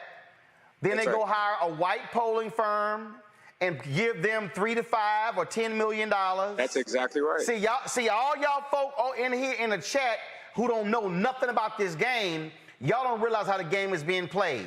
And so the same thing, they want to sit here. Then what they'll do is they'll send an RFP out, a request for proposal, to 20 black media organizations, and a total amount of money is $300,000. That's right. So they want 10 or 20 of us to fight over $300,000 when this white media company got 30 to 50 million or 100 million. But then y'all wondering why we bringing up the money. Not only does the economics matter, Roland, not only does it matter how companies are able to build and scale based on $1 trillion investment, trillions of dollars of investment from the federal government, but we are actually the best organizations to engage these communities. That we live at the intersections of where these challenges are happening. You know, this is not just, I mean, of course there's an economic conversation anytime there's $1 trillion investment from the federal government. But if we really want to save lives, if we really want to do the right thing and overcome these systemic barriers, then it's going to require engaging organizations and trusted validators that have experience and track record in these communities. Well, I hope, I can tell you right now, we're going to send this segment out. I'm going to send it directly to members of the White House COVID Task Force. I'm going to send it directly to members at the White House so they know and understand what's going on here, because otherwise we are going to get screwed again. So a lot of us not going to get the shots. A lot of us not going to sit here and take precautions. And a lot of us going to lose out economically while other firms are basically making millions. And then we sitting here still starving, fighting over a crumb. Not a piece of the pie, a crumb. Let me make sure when you send it out, Roland, they know how they can reach me, because I got a whole lot of phone calls last year when our #1 priority was to remove Donald Trump from the White House. Well, at HitStrat, our #1 priority in 2021 is to get people of color in this vaccine line. So please reach out to us. Please, we are looking for partners in this fight. We sit in these focus groups every day with people that are reluctant to get this vaccine. And www.hitstrat.com will help you connect with us so that we can help solve this problem. All right, Terrence Woodbury, I really appreciate it, man. Thanks a lot. Thank you so much, Roland. Yeah, I gotta say this, Scott, Monique, and Robert, and it really bugs the shit out of me. It really does. It's amazing to me whenever we had these conversations and folk go, we're rolling out, why you got to make it about you and the money? When I'm looking at 100 million going to this company and 100 million going to this company, and I'm looking at the fact, folk don't, literally, the federal government, I think, let me find it. I think one of these companies got a Pentagon doses. Just give me 1 second. Just so folk out here who don't quite understand. This right, 2 days ago. This is 2 days ago. The story came out. I'm trying to pull the story up. Come on, it's moving a little slow. And again, I'm not dissing the company. I'm just trying to explain to people what's going on. Headline, 2 days ago, Army gives Pfizer $3.5 billion to make 500 million COVID vaccine doses. $3.5 billion. Yeah. Yeah, so Roland, the person who... And again, COVID, I mean, look, Pfizer is a drug company. They got to make it. They got to produce it. So I ain't hating on them getting a contract. I'm just trying to explain to the people watching that one contract just for the United States Army is $3.5 billion. We still have the Marines, we have the Navy, we got the Coast Guard, we got the Air Force, and we ain't even talking about Department of Homeland Security, CIA, FBI. We ain't even talking about, I mean, literally, the federal government may very well spend, and that's just $500 million. Let's not talk about if we got to have vaccines for the next decade. We now talking about 30, 40, 50, $100 billion. But I shouldn't be talking about the money. Okay, go ahead. Well, the reality is the person who's on that Twitter feed of yours, you know, it's like crabs in the barrel, right? They want to count your money, but you ain't trying to count their money. Maybe they don't have any money. Who knows? But that's that mentality. But the reality is what you're really fighting for isn't just your business, but you're actually fighting for black businesses who can do what you do and do more than what you do and do good and really get to the black community that needs that type of engagement based on what your last guest said. And it begs the question as to whether this government or the sources of the vaccination really do want to get that message and get our communities vaccinated. It isn't rocket science what you propose and what other marketing companies and messaging companies propose. It isn't. You know we need that engagement. We know we have some historical issues with vaccination. And, you know, like every other group, we got some ignorant people who just say, it's my choice and I'm not doing it. But you got to actively engage them. And so that's really the bad part or the downside to what you're talking about is that people are suffering and black and brown people are going to continue to suffer if the federal government doesn't give more to black businesses or black marketing companies or media companies to do that good. And that's your real message. It's not a personal message of personal profitability. It's a message of, listen, I can get this done, and our communities are suffering if you don't give me the money or other media companies to do these good deeds. And the thing here, Robert, that again, that just, it frustrates the hell out of me is I need black people to stop this aid mentality. Mm-hmm. I need black people to stop. I don't know why you keep talking about that. Well, how in the hell you think CNN in 200 countries? How in the hell Fox News does $1.5 billion of profit every year, not revenue, profit. How do you think the New York Times is the size it is? The Washington Post, the size it is. Do these folks understand why there is no black-owned media news company of scale? The largest black-owned media company is Urban One, which they own Radio One, TV One, not nan news show on TV One. Not one. Not one. Roland, So Roland, these people kill me who don't understand business, but love running their mouths about somebody else's business.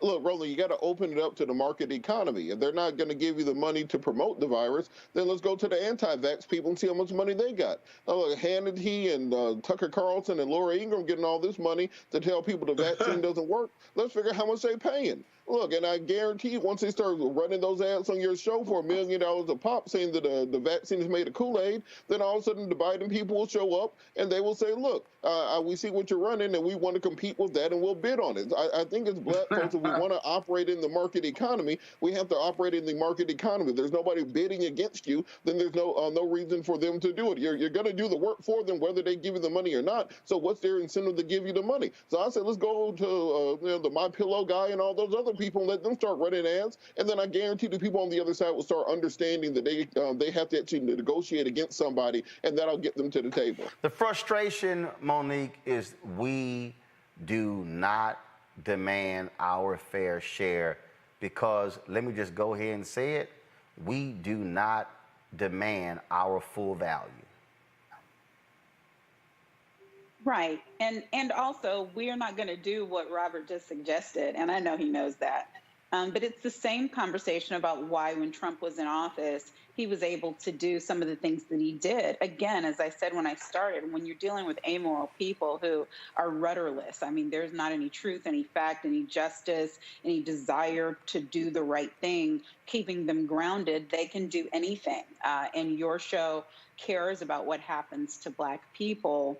And it's a business and a ministry and a call. And so Robert is right in that he says they know you're going to try to do the right thing, and they take advantage of that. But what I think does need to happen is that people like your person who is watching need to understand the very reason why you should get those contracts is because he's on here watching you. I mean, it doesn't get any easier than that. Exactly. He's listening Exactly. and complaining. He's watching and listening to you and saying, why are you talking about the money? Okay, so that's why they need to pay you the money to talk about the vaccine, because other people are getting those funds and the funds aren't reaching our community, and we are dying. It's life and death.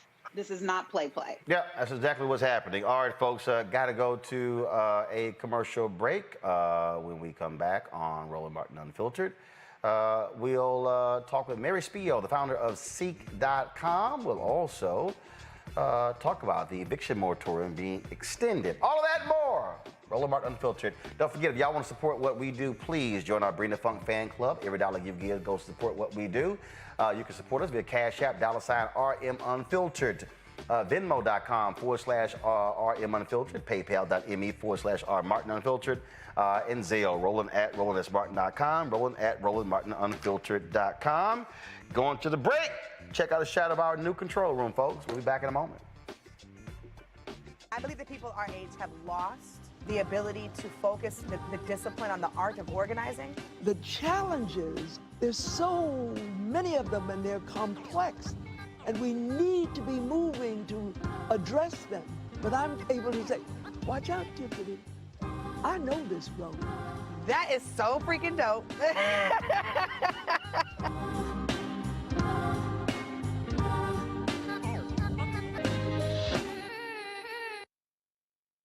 Welcome to Seek. Hi, this is Lady Gaga on CDER.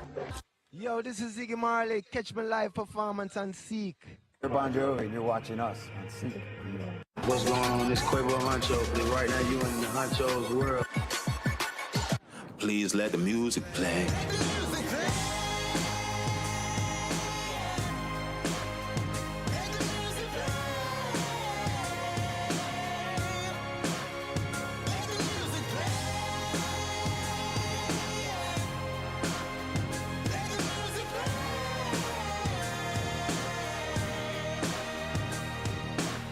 I need the keys, I need the strings, I need the bass. Floyd's death hopefully put another nail in the coffin of racism. You talk about awakening America. It led to a historic summer of protest. I hope our younger generation don't ever forget that nonviolence is soul force. Priceless.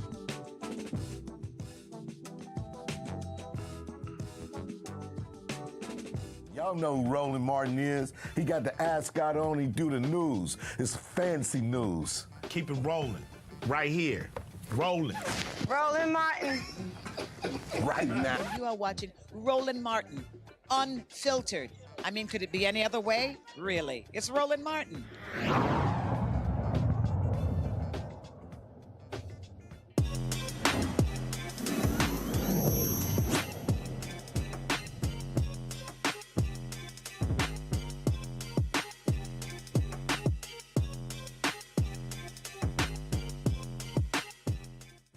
All right, folks, time for our Tech Talk segment sponsored by Seek.com. Have you ever heard of metaverse? You may not be familiar with the term, but my next guest is an expert on it and even pitched the idea to Facebook's Mark Zuckerberg. Joining us right now is Mary Spio, founder and CEO of Seek Virtual Reality.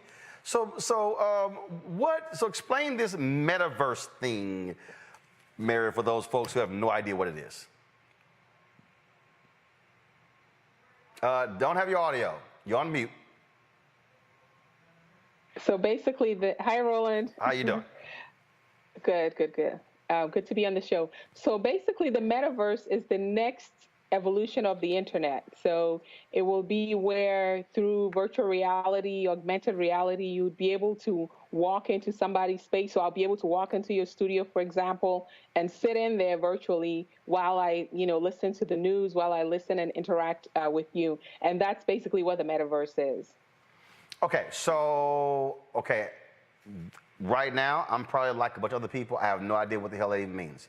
Okay, so when you say walk into the space, okay, so let's just say right now, we're live.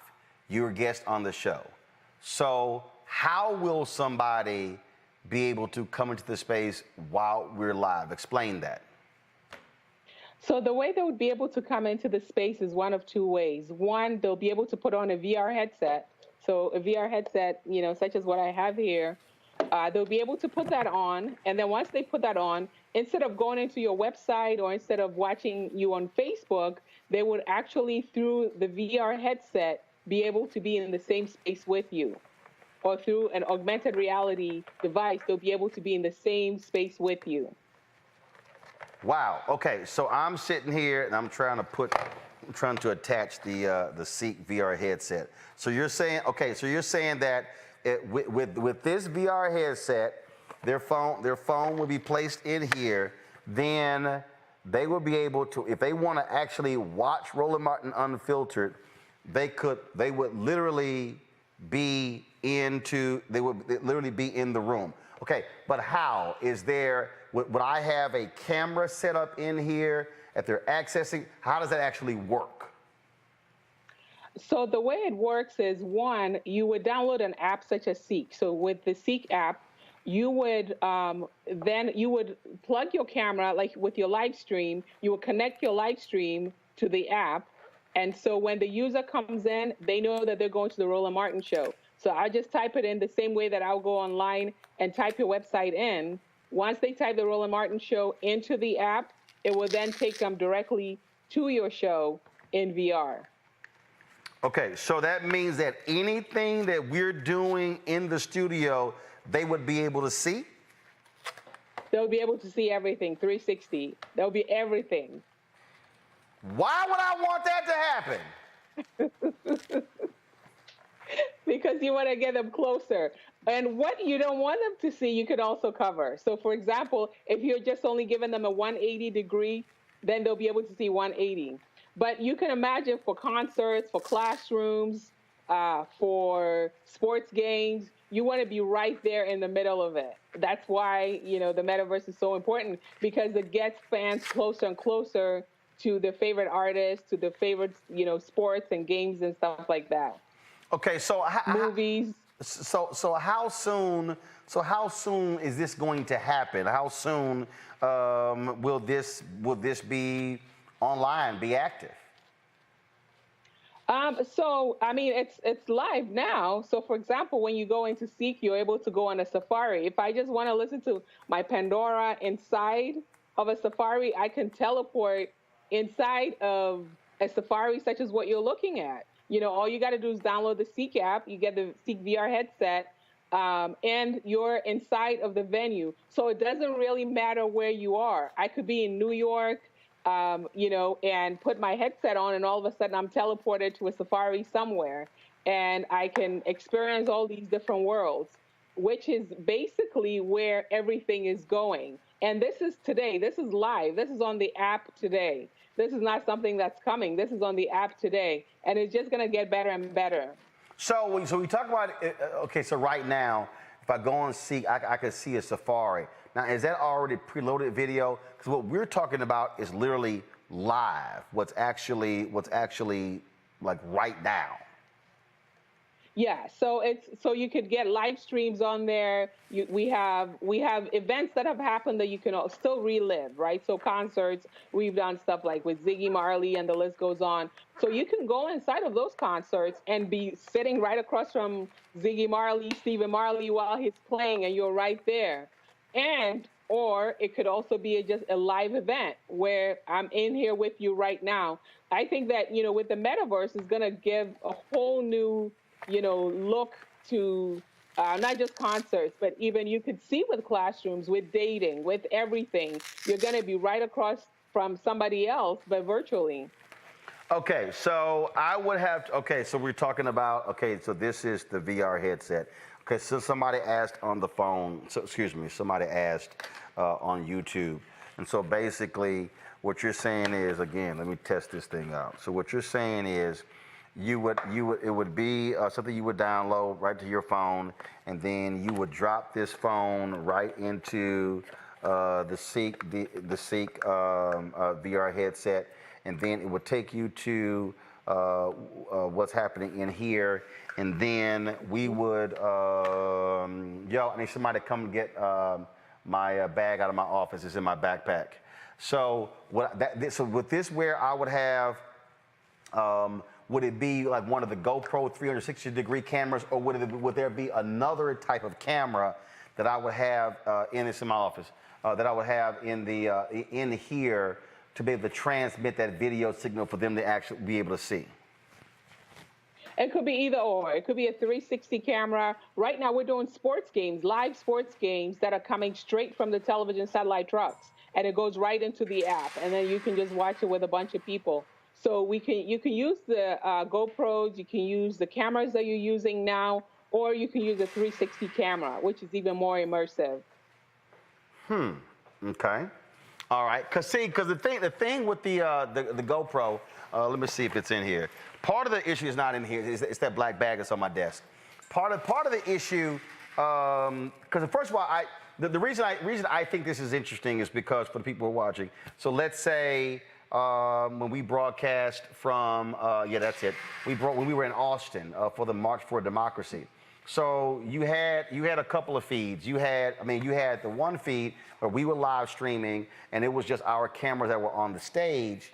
So what you're saying is, so let's say, okay, this is the GoPro Hero 7, this is the GoPro Hero Max, which I think this won't work because this does not allow for video out, which is quite frustrating. I'm like, why in the hell did y'all make it? And so what you're saying is, so if we had this GoPro Hero 7, if we had this hooked up, and this is not 360 degree, but it's just 180. So then that way we could have had this there, and so someone would have been able to access that site, and it would have been as if, and they could have been able to turn this way and to see all the people who were there, and just should have been able to be in the crowd. Exactly. Interesting. So it's like as if they're there. Okay, I'm going to go to my panel with some questions. I know right now Scott Bolden is absolutely, positively, completely confused by all of this. So I'm not going to start with him. I'm going to start with Monique, who... ain't that something? Monique's not there? Well, first of all, is Monique there or is she not there? Why don't you think I'm confused just like Scott? Okay, first of all, Monique, we know you confused, but you're probably a little slightly less confused than Scott. But considering his absolute fascination with guns, I know Robert probably is the most astute on this, especially with his green screen. So Robert, you get the first question to you get the first question to Mary about the metaverse. Look, Scott, no, I got a 24 by 75 by 75 scope just came, and also the night vision camera. So I'll show you that next time I see you. You got to get the night vision on the long distance scope also. So, the question is, for people like me who don't like people, what can technology like this do to make sure I don't have to be around a lot of people indefinitely going forward as we come out of COVID? Because with the virtual immersion, what will that do for businesses and networking as more and more conferences get canceled and go virtual? How will this help to incorporate into that sphere? That's exactly it. So for people that don't like people, you could go into your own space and not even worry about seeing anybody. You can be in a space where you just turn off, the rest of the crowd, and you can be in there just enjoying, whether it's a concert, a movie, and now people are buying real estate too. People are buying virtual real estate where they're buying some of these homes, these virtual homes that they can go into, and just have different experiences. And for conferences, as you can imagine, now you don't have to worry about traveling. You can just be inside of the space for classrooms, and for a lot of businesses, where people are tired of just Zoom and they want to be able to have that interaction. They're able to go into the physical space where you're going to see, and we're already talking to a lot of different brands. For a shoe brand, for example, that wants to be able to build their store online. So I can go in there and try on my shoes. I can go in there, and you can do all this virtually. And then once you're done, you just, click on pay, and you're able to buy whatever you're looking at virtually that you've tried on virtually, and then it ships to you. Scott, I know you're still confused, but what's your question? No, I'm not, because I understand metadata and I understand the concept. No, this is called metaverse. I understand that, and I said that. Roland, you know what?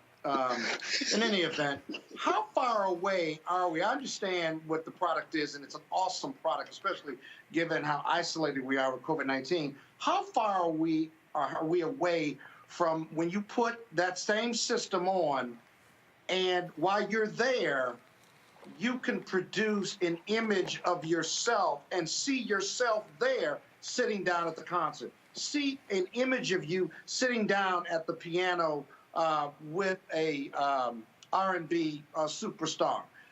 You follow me? So you trying to have a Scott Bolden hologram sitting next to John Legend at the concert? Exactly. That's possible. I bet you that's possible. Yes. Mary, go ahead and answer his little question. That was a big it is possible. Yeah, that's a great question. So we do have avatars to where you can create yourself. We're still working on, the look of the avatars every day. Believe it or not, when I started, working in VR, there was nothing that existed in terms of having the ability to reproduce black skin, for example. So we've had to create everything from scratch. Yep, because basically everything that existed, all these different models, were not built for us. So we've been focused over the last few years of having the ability to reproduce, these holograms that are very photorealistic. So your hologram will look exactly like you, and you would be able to walk around, see yourself in the environment, take a picture with John Legend, play the piano with him if that experience is available. But that's very, very possible. We're working on it. It's still early stages in terms of what the avatars look like, but you're able to do that. And we continue to work to improve them, so it becomes, more and more accurate. Okay, that Monique? That would certainly be hot. That's hot. Okay.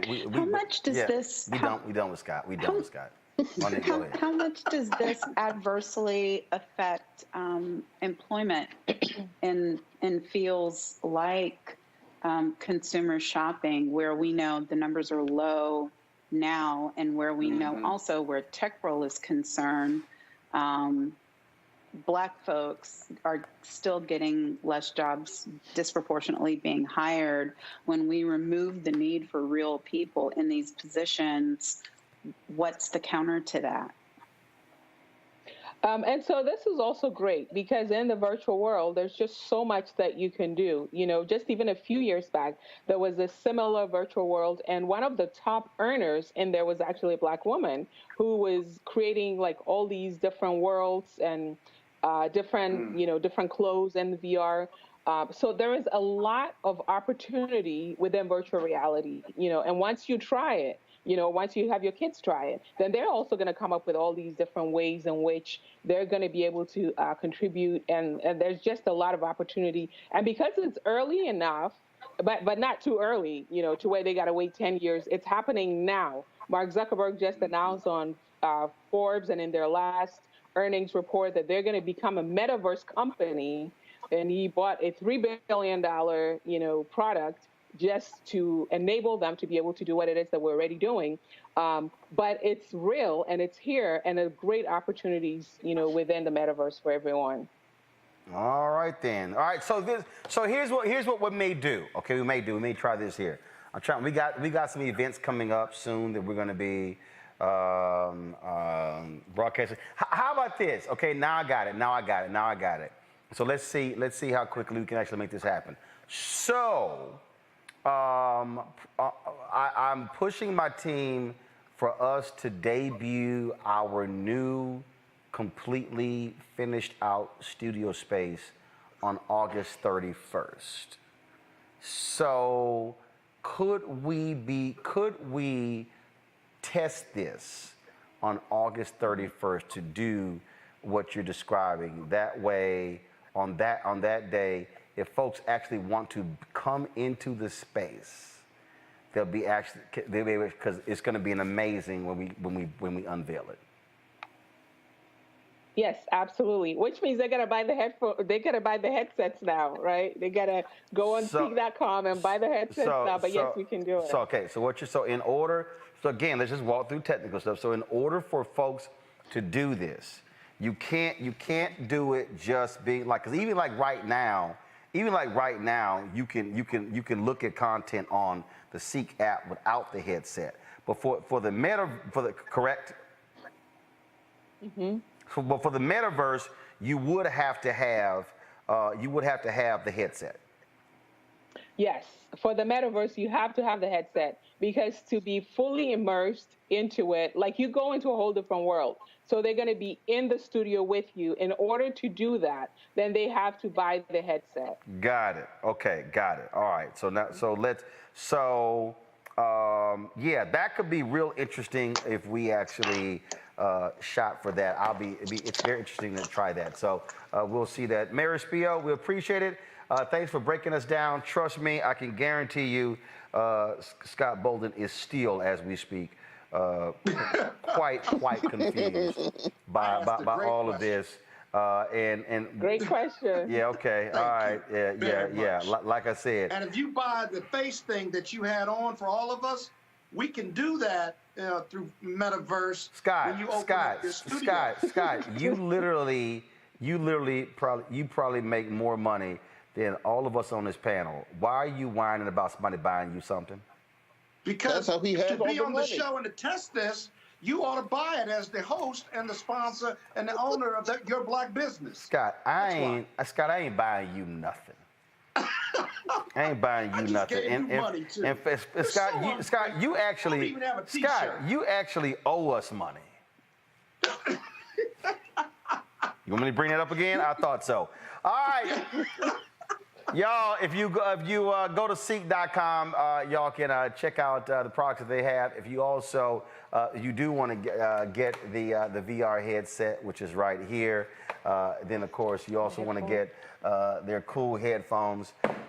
You see there's a code right there, y'all, on your screen, RMVIP21. Somebody hit me, said it didn't work. That's not true. It does work. So that's the code. And they have, and I showed you yesterday, they have the black and gold. See, and I know, Scott, it's going to hurt your feelings, Scott. Do you have a red one, man? No, hell no. So they were very wise to have these black and gold headphones right here. I know that really hurt Scott's feelings. So I know Scott.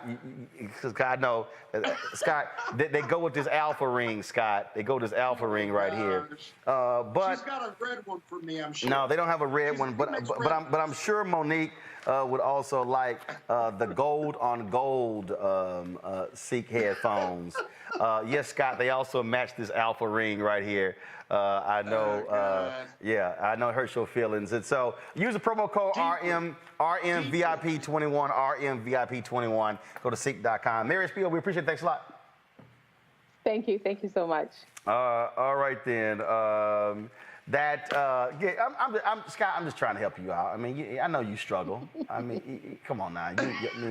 It took you 3 months to figure out Zoom.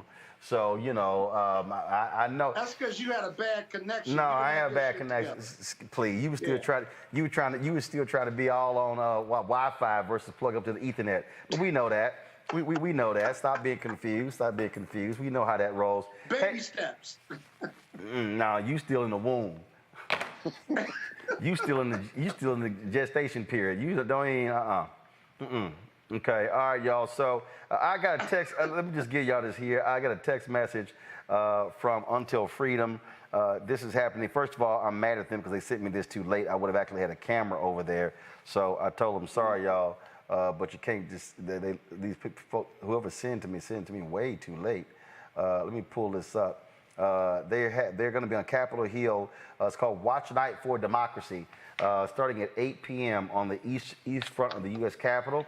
And so you should be able to pull up. Can y'all see my computer, please? That's what's happening. It's happening on right there. And so then on Friday at 10 a.m., they are going to have. Let's see if we can pull this up. They're going to pull this up at 10 a.m. on Friday. They're going to have another march. I told y'all the pressure continues. It's the Freedom Friday March. We demand voting rights, D.C. statehood reparations, taking place August 6th at 10 a.m. MLK Memorial here in D.C. FreedomFridayMarch.com. FreedomFridayMarch.com. Check it out. Robert, Monique, Scott, I certainly appreciate it. Thanks a lot. That is it for us. Folks, if y'all want to support what we do here at Roland Martin Unfiltered, please, your dollars do matter. Every dollar. Also, by the way, if you purchase the VR headset from Seek or the headphones, we also get a percentage of that. That's a part of the deal as well. And so when you support this black-owned company, you also support this black-owned company. Cash App is $RM Unfiltered. You also, of course, have Venmo, which is RM Unfiltered. PayPal is R Martin Unfiltered. And Zelle, Roland at RolandSMartin.com. Roland at RolandMartinUnfiltered.com. Folks, that is it. I'll see you guys tomorrow right here on Roland Martin Unfiltered, where we keep it real, we keep it black, and we keep it honest. That's how we roll, and so it's always glad to be with you. And so we look forward to having another great conversation tomorrow. Holla! Oh, hold up. Don't go away. So somebody had the nerve, somebody had the nerve to sit here and ask me why was I wearing a FedEx shirt. So first of all, I'm not wearing a FedEx shirt. You can zoom in, Henry. This is the FedEx St. Jude Classic. My wife and I have been supporters of St. Jude, and so for a long time they had the FedEx St. Jude Classic. Then 3 years ago they switched it to a World Golf Championship FedEx St. Jude Invitational, and so normally this is the week when they actually have the tournament, and so I went ahead and decided, I got the hat in my office, I had a golf fitting today, so I went ahead and decided to wear this here, and then you see right here on the sleeve they have the FedEx Cup, so they're the sponsor of it, but yeah, we are supportive of St. Jude, the first hospital in the South that actually treated African Americans. And nearly 40% of the children treated at St. Jude are African American. And yeah, so for the person who had the nerve to run their mouth on YouTube while I was wearing a FedEx shirt, I'm wearing this because I also support St. Jude and the work that they do. They have to raise $800 million a year. Any kid who is treated at St. Jude, they pay no money. They pay no money, and some of them get treated for years. And so that's why we do what we do. And so I played in the FedEx St. Jude Pro-Am a number of years and have been supportive of them. And so that's why I got it on. All right, then, y'all, that's it. I just need to go ahead and just let somebody know. All right, thanks a bunch. I'll see y'all tomorrow. Holla!